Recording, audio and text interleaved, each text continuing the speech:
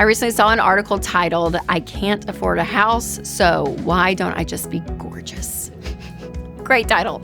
And these are the hard-hitting questions millennials are asking, so let's talk about it.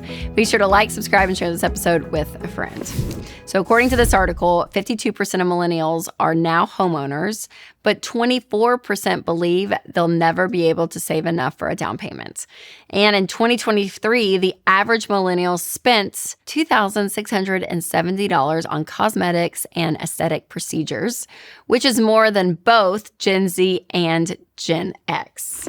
Now, I don't know how accurate all these numbers are, right? But I think it speaks to this larger trend that we are seeing. So apparently millennials are doing the classic fake rich kind of thing where they will spend $3,000 on fancy skincare or a designer bag, but they claim to not have enough to save for big financial purchases like a house. So first off, I get it, right? We are all human and we love a quick fix. And there's something about like knowing you can spend an amount of money on something and in the moment, it just makes you feel great, right? I get it.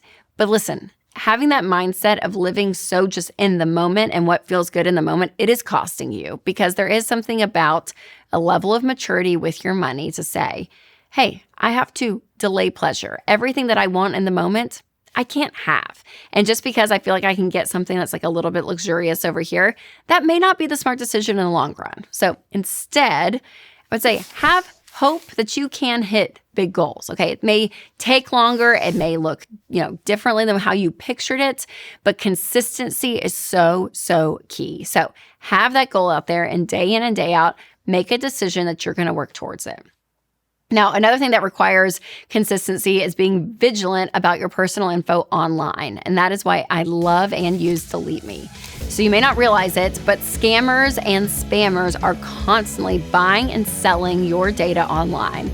And the last thing you want is for your name and address and other important information to be left exposed, just waiting for internet creeps to find it and to use it without your knowledge. So Delete Me steps in and wipes those sites clean so you don't have to, and it gives you peace of mind. You can get 20% off an annual plan at joindeleteme.com/Rachel, which checks out to be about $9 a month. So it is worth it. So go to joindeleteme.com/Rachel. All right, number 2, I would say practice saying no in the short term. Like that's what we were talking about. So sometimes you're going to have to say no and it won't be forever. Okay. So you're not having to say no to everything. But what is great is when you say no now in the present, because you're working towards something greater, when you have what you're working towards and you're still making an income, you have margin because you set yourself up, you're going to have the ability to say yes a whole lot more. Next, I would say get a plan and run your numbers. So if you feel like buying a house is completely impossible, then figure out how much it's going to take to save up for a 5% down payment or a 20% down payment. And I would recommend Ramsey's mortgage calculator. And it's great because you're going to be able to see, okay, here's what the average home in my area or the kind of home I'm looking at, this is what it costs. Here's how much money I have. Here's what the down payment, what the monthly payment would be. It does all the calculations for you. And what's great about that is you're able to see something realistic. And again, you may be waiting 3, 4, 5 years to be saving up in order to do that, but you're able to actually have hard data versus just this like aloof feeling of like, oh, everyone says that it's expensive and I can't do it. Now, controlling your monthly costs too is going to help you when it comes to things like saving up for a down payment. So I recommend EveryDollar. It's a great budgeting app because it does give you an accurate picture of your financial situation and it kind of can guide you to the next step of where you're at. All right, number 4, I'd say don't be afraid to reevaluate what's on your wish list. Now, millennials, we used to share bathrooms and rooms with our siblings. Do you remember that? Like, you look back on the 80s, the 90s, and I'm like, that was so normal, right? And for some of you, you're like, that's my life now, and that's great.